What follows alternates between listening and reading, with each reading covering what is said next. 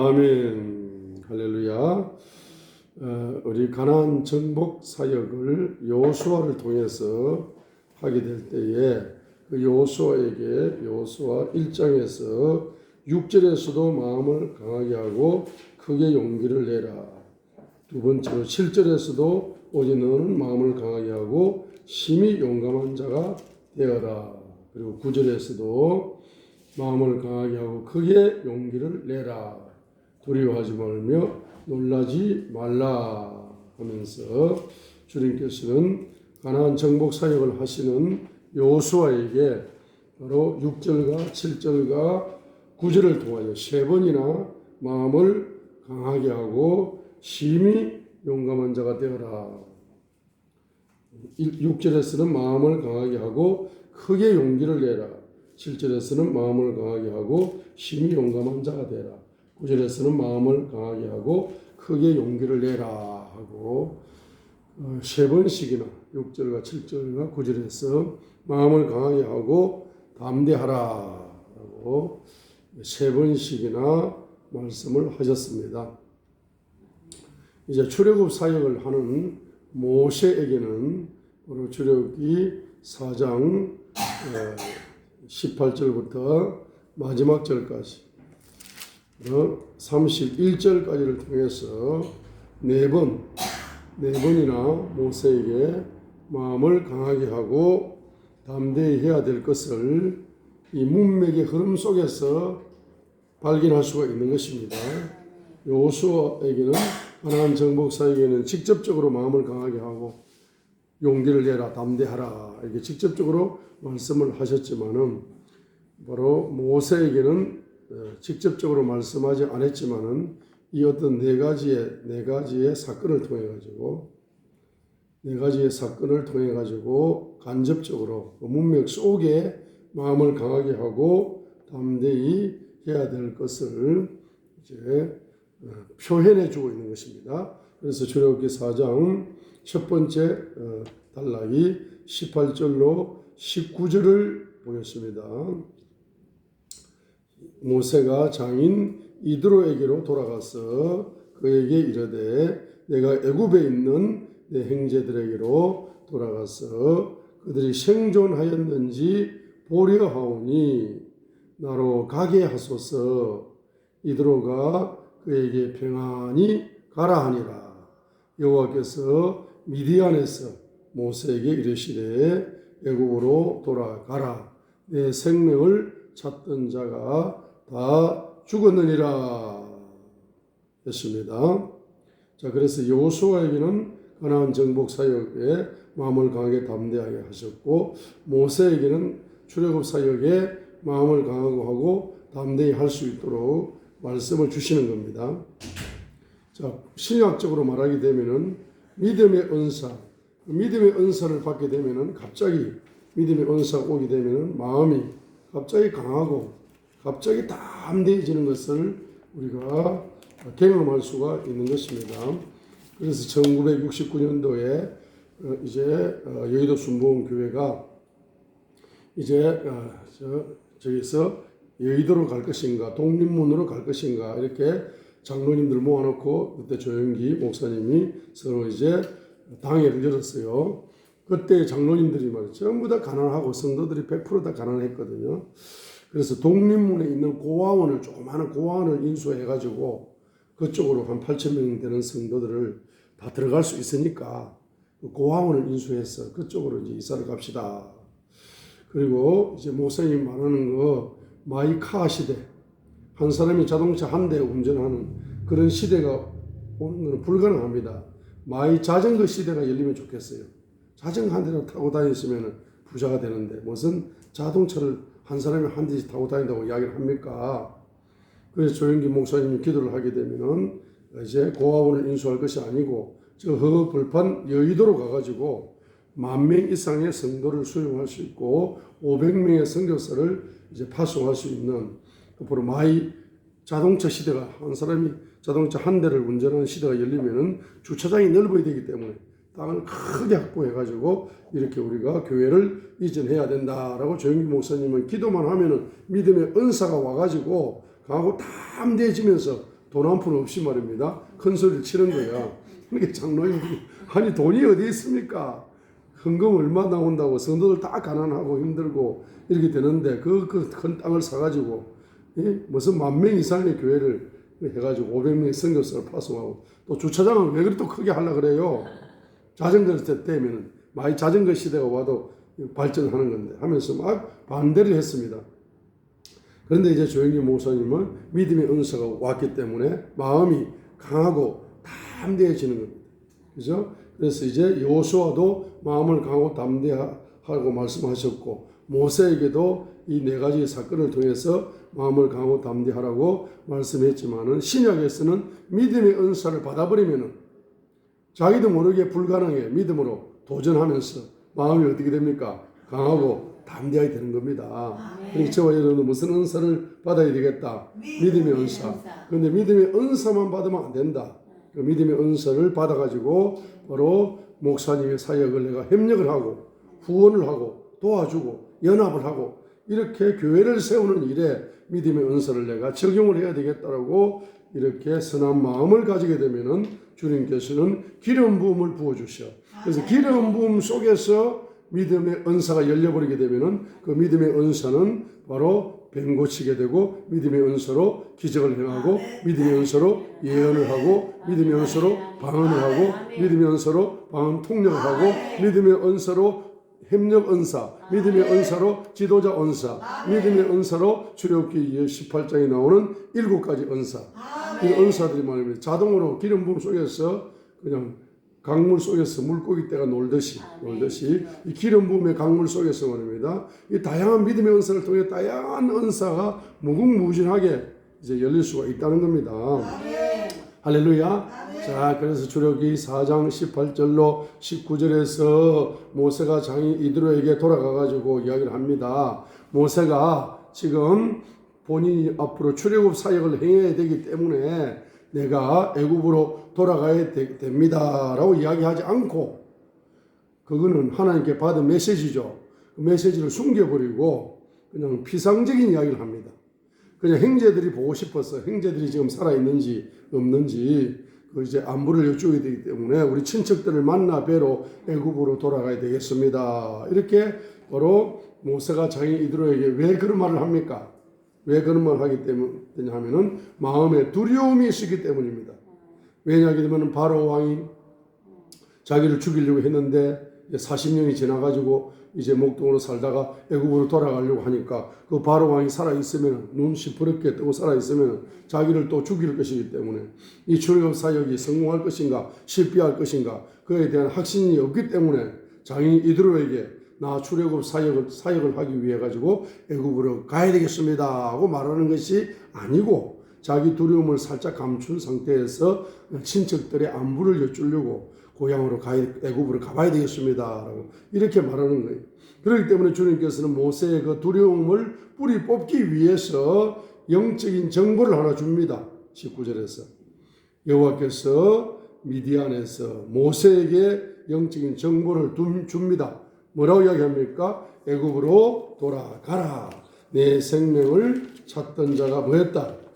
죽었느니라. 네 생명을 찾는 바로 왕과 그 신하들이 다 죽어버렸다. 그러니까 네가 두려워하지 말고 출애굽 사역에 담대하게 사역을 행하라 하고 그 마음의 두려움의 영을 제거해 주시기 위해서 바로 내 생명을 찾던 자가 다 죽었으니까 내가 출애굽 사역을 강하고 담대한 마음으로 행하라는 이러한 의미가 숨어 있는 것이죠. 그래서 18절과 19절에서 주님께서는 첫 번째로 모세의 가슴 속에 있는 두려움의 영적인 정보를 줌으로써 내 생명을 찾던 자가 다 바로 왕이 죽었다. 이 영적인 정보를 줌으로써 바로 두려움을 제거해 주었다는 사실입니다. 네, 두 번째로 20절부터 23절까지입니다. 이제 모세가 그 아내 시보라와 두 아들을 데리고 나귀에 태우고 이제 애굽으로 돌아가는데 20절이 중요합니다. 뭘 잡았다? 바로 모세의 바로 양을 치는 목동의 지팡이를 손에 잡은 것이 아니고 모세가 이제 믿음을 가졌습니다. 그죠? 믿음을 가졌어요. 이제 바로 왕이 죽었으니까 마음이 강하고 담대해졌어요. 그래서 이제 주님이 주시는 그 사명의 말씀을 이제 믿었습니다. 믿어서 바로 모세의 지팡이를 손에 잡은 것이 아니고 누구의 지팡이를 손에 잡았다? 하나님의 지팡이를 손에 잡았다 이겁니다. 19절에서 두려움의 영이 제거되고 나니까 20절에 모세가 자기 자신의 지팡이를 잡은 것이 아니고 바로 하나님의 지팡이를 손에 잡았다라고 표현을 하고 있는 겁니다. 그죠? 자, 그래서 모세의 40년 동안 때 묻은 목동의 지팡이를 가지고는 자기 가족들만 먹여 살릴 수 있습니다. 그런데 이제 모세가 믿음을 가지고 하나님의 지팡이를 손에 잡았을 때에는 이스라엘 민족 전체를 노예에서 해방시키고 이스라엘 민족 전체를 먹여 살릴 수 있게 되어지는 것입니다. 그만큼 하나님의 지팡이라는 단어가 중요한 겁니다. 믿음을 가졌기 때문에 마음이 강하고 담대해졌기 때문에 하나님의 지팡이를 손에 잡았던 것입니다. 그때 이제 21절부터 23절까지 여호와께서 모세에게 영적인 정보를 줍니다. 그죠?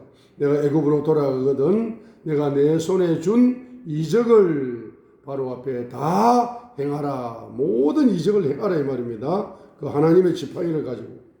그러나 그의 마음을 강팍게 한즉 그가 백성을 놓지 아니하리니 너는 바로에게 이르기를 여호와의 말씀에 이스라엘은 내 아들 내 장자라 내가 내게 이르기를 내 아들을 놓아서 나를 섬기게 하라 하여도 내가 놓기를 거절하니 내가 내 아들 내 장자를 죽이리라 하셨다 하라 하시니라 했습니다. 그래서 바로 20절로 23절에 나타나는 핵심이 뭡니까? 모세가 강하고 담대한 마음으로 뭐죠? 하나님의 지팡이를 믿음으로 잡아서 두 가지를 행할 수가 있습니다. 첫 번째는 21절에 나타난 것처럼 애굽에 여러 가지 이적을 행할 수가 있습니다. 그죠? 근데 여러 가지 이적을 행했다 할지라도 바로의 마음이 강팍하게 되었을 때 바로 말씀을 전하라 이 말입니다. 어떤 말씀을? 이스라엘 22절에 이스라엘은 바로 내 아들 내 장자라. 그죠?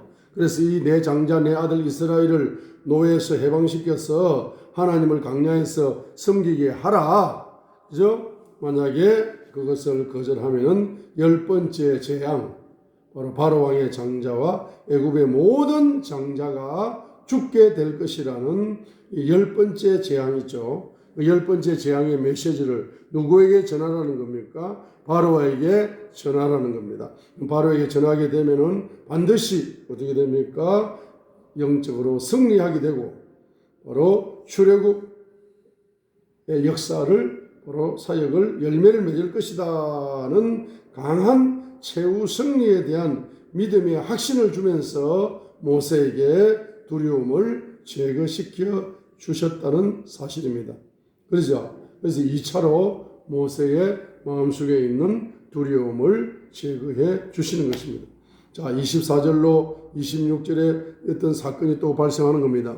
24절로 26절에서는 이제 여호와께서 길의 숙소에서 모세를 만나가지고 모세를 갑자기 죽이려고 했어요. 모세가 이제 죽을 병이 들려가지고 그 여인 속에서 이제 죽게 생긴 겁니다. 죽게 생겼으니까 마음에 두려움이 가득 찼겠죠. 그때 이제 시보라가 이제 모세하고 시보라가 부부 싸움을 좀 많이 한 것 같아요. 왜냐하면 첫 번째 게르솜 할례 행하는 것 때문에 한다 안 한다 하다가 모세에게 시보라가 양보를 해가지고 이제 큰 아들은 할례를 행했다 할지라도 둘째 아들은 아비에셀은 할례를 행하는 걸 반대합니다 해가지고 할 수 없이 이제 애굽으로 돌아가고 있는 그 중이었거든.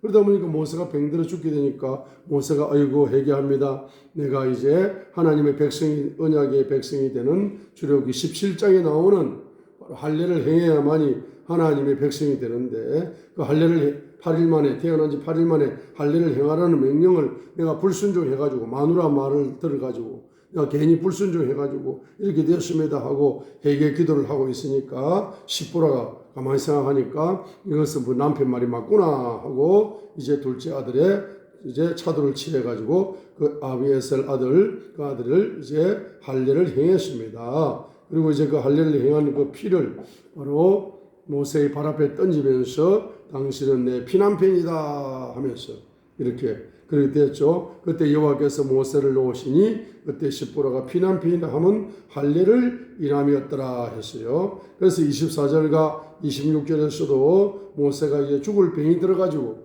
마음에 두려움이 가득 찬 상태에서 그가 불순종을 회개하면서 이제 십보라를 통하여 순종을 하게 되니까 그가 치료가 되어지고 죽음의 위기를 돌파하는 역사가 일어나게 됩니다. 이 할례 사건을 통해서 모세가 질병에 걸려 죽을 위기 속에서 두려워하게 될 때에 바로 따라합니다. 회개 기도와 순종을 통하여 죽음의 위기가 돌파된다. 우리가 죽음의 위기가 온다 할지라도 그죠? 바로 뭡니까? 회개 기도 플러스 순종만 잘하면은 돌파할 기회가 있다는 걸 보여줍니다.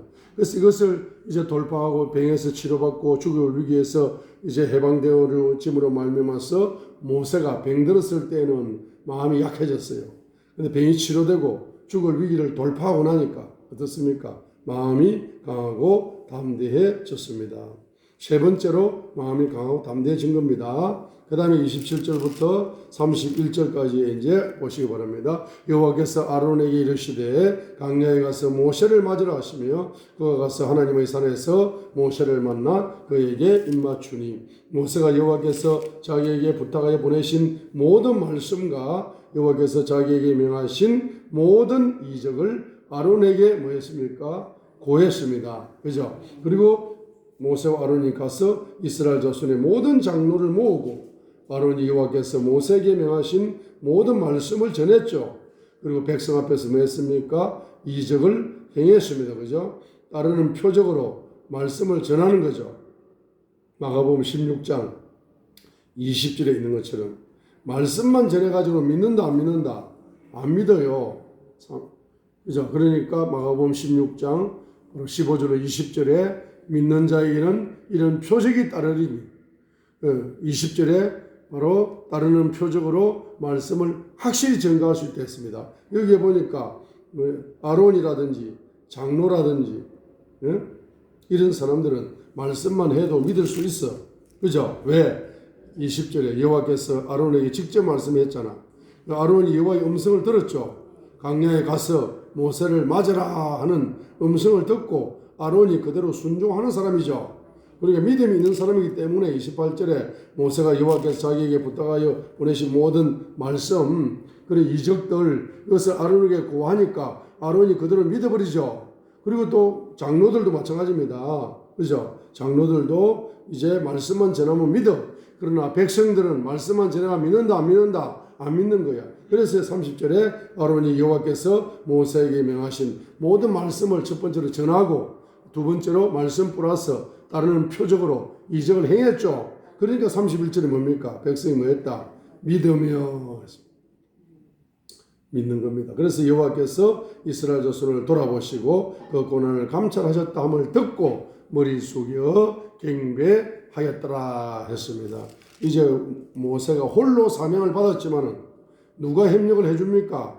아론이 협력을 해주고 이스라엘의 장로들이 협력을 해주고 그 다음에 백성들까지 믿고 협력을 해주게 되니까 모세 속에 그 큰 누구 바로 바로왕과 영적 전쟁을 하러 갈 때에 혼자 가는 것이 아니고 아론이 후원해주고 장로들이 후원해 모든 장로님들이 후원해주고 모든 백성들이 뭡니까 믿음으로 구원해주게 되죠. 그러므로 말미암아서 모세의 마음속에 있는 두려움의 찌꺼기까지 완전히 뭐 됐습니까? 제거되는 역사가 일어나게 되는 것입니다. 그래서 이제 지도자가 되려면은 제일 중요한 것이 뭐다? 바로 뭐가 제일 중요하다? 바로 마음이 제일 중요하다. 마음이 뭐 해야 됩니까? 강하고 담대하는 것이 제일 중요합니다. 다른 말로 말하면 지도자가 되려면은 무슨 은사가 있어야 된다? 믿음의 은사가 있어야 됩니다. 믿음의 은사가. 그것도 교회를 세울 목적으로 교회를 세울 목적으로 은사를 가져야 된다. 그렇게 되면은 오중사역의 기름 부음을 통한 무슨 은사? 믿음의 은사가 오게 되는 것이고 그 믿음의 은사의 열쇠로 만 가지 은사의 문을 열 수가 있다. 문을 열어서 그것을 이제 행할 수가 있는 것입니다. 그래서 오늘 말씀에서 바로 저와 여러분들은 뭐 해야 되겠다? 마음을 강하고 담대히 해야 되겠다. 누구처럼? 모세처럼, 누구처럼? 여호수아처럼, 누구처럼? 사도 바울처럼 강하고 담대한 바로 사도 바울은 무슨 은사가 있었다? 사도 바울은 바로 사도의 기름 부음과 선지자의 기름 부음과 목사의 기름 부음과 교사의 기름 부음과 복음 전도자의 기름 부음 5가지 기름 부음이 사도 바울에게 흐르고 있었죠. 그 기름 부음을 통한 무슨 믿음? 바로 사도의 기름 부음을 통한 사도적인 믿음의 은사, 선지자의 기름 부음을 통한 선지자적인 믿음의 은사, 목사의 기름 부음을 통한 목사의 믿음의 은사, 교사의 기름 부음을 통한 교사의 믿음의 은사, 복음 전도자의 기름 부음을 통한 복음 전도자적인 믿음의 은사, 5종류의 믿음의 은사가 사도 바울에게 있은 겁니다. 믿음의 은사가 있은 겁니다. 그죠? 그래서 저와 여러분들도 이제 사도를 협력해서 교회를 세우는데 협력하면은 사도적인 기름 부음을 통한 믿음의 은사가 오는 거야. 선지자의 사역을 하는 분들의 뭡니까? 교회를 세우기 위해서 협력하게 되면은 선지자를 통한 믿음의 은사가 오는 거예요. 목사를 통해서 목사를 잘 도와서 교회를 세우는데 협력하게 되면은 목사의 기름 부음을 통한 믿음의 은사가 오는 거예요. 또 성경을 잘 가르치는 교사의 기름 부음을 받고 있는 이분을 협력해서 교회를 세우려고 하게 되면 교사의 기름 부음을 통한 믿음의 은사가 오는 겁니다. 그 다음에 부흥 강사를 도와서 뭡니까? 교회를 세우려고 여러분들이 협력을 하게 되면은 바로 복음 전도자의 기름 부음을 통한 믿음의 은사가 여러분에게 오는 것입니다. 그럼으로써 여러분은 적어도 1가지 이상, 2가지 이상, 3가지 이상, 4가지 이상, 5가지 정도의 믿음의 은사를 가지고 저와 여러분들이 사역을 행하시게 되면은 바로 모든 불가능에 뭐 할 수 있다? 도전할 수 있다. 그렇죠? 모든 불가능에 도전할 수 있습니다. 앞으로 모세는 출애굽 사역으로 출애굽에서 어마어마하게 바로와 전쟁하게 될 때 무슨 은사를 가지고 전쟁한다? 바로 선지자적인 기름 부음을 통한 믿음의 은사가 누구에게 흘러갔다? 여호수아에게 흘러간 겁니다. 그죠? 선지자적인 왜 여호수아가 수종을 잘 들었기 때문에 모세의 사역에 수종을 잘 들었기 때문에 모세의 선지자적인 기름 부음을 통한 믿음의 은사가 누구에게 흘러갔다? 여호수아에게 흘러간 겁니다. 그죠? 흘러갔는데 주님께서는 마음을 강하게 하고 담대히 하라고 또한 말씀을 하셨죠. 갑절로 그래라. 갑절로 바로 마음을 강하고 담대히 하라는 이야기입니다. 갑절의 믿음의 은사를 가져야 된다는 이야기입니다. 그죠? 그렇게 보게 되면은 그래서 이제 모세가 출애굽 사역을 선지자의 기름 부음을 통해서 이제 출애굽 사역을 믿음의 은사를 가지고 강하고 담대한 마음으로 출애굽 사역을 성공해가지고 홍해를 건넜습니다. 그런데 이제 출애굽 사역에 성공하는 것도 뭡니까? 바로왕과 전쟁을 하는 것. 이거 선지자적인 기름 부음으로 믿음의 은사를 가지고 불가능한 바로왕과 10번이나 전쟁을 하는 거라. 그 다음에 또 믿음의 은사를 가지고 뭡니까? 홍해 앞에서 강하고 담대하게 그 홍해를 건너는 겁니다. 그죠? 그 다음에 또 그 강야, 텅 빈 강야를 가게 되면 강야에 먹을 것이 있어요? 없어요? 없어. 강야에 씨를 심을 수 있어요? 없어. 강야에 돈이 있어요? 없어. 300만 명 먹여 살릴 수 있는 양식이 있어요? 없어. 아무것도 없는 그야말로 텅 빈 강야라는 것은 모세가 빈손이다. 빈손. 근데 그가 잡고 있는 건 하나밖에 없어. 하나님의 지팡이. 그죠? 하나님의 지팡이 하나밖에 없는 겁니다. 모세가 모세의 지팡이를 가지고 40년 동안 자연인으로 살아가게 될 때는 양을 잘 쳐가지고 가족을 먹여 살리는 수준으로 살았지만 모세가 무슨 지팡이? 하나님의 지팡이를 가지고 믿음의 은사를 가지고 나아가게 될 때는 텅 빈 강야라 할지라도 이스라엘 300만 명을 먹일 수 있는 뭐가 있다? 믿음이 있는 거예요. 할렐루야. 그래서 저와 여러분의 미래는 마치 강야와 같다. 텅 비어 있다. 어떻게 될지 모른다. 모험이다. 그죠? 도전이다 이 말입니다. 그럼 여러분은 오늘 모세와 같은 선지자의 기름 부음을 받으시고 그를 통해서 마음이 강하게 담대히 되시고 그를 통해서 뭘 받아야 된다? 믿음의 은사를 저와 여러분들이 오늘 받으셔서 오늘도 7시간 밤 기도에 승리하시는 저와 여러분이 되시기를 주님의 이름으로 축복합니다. 할렐루야.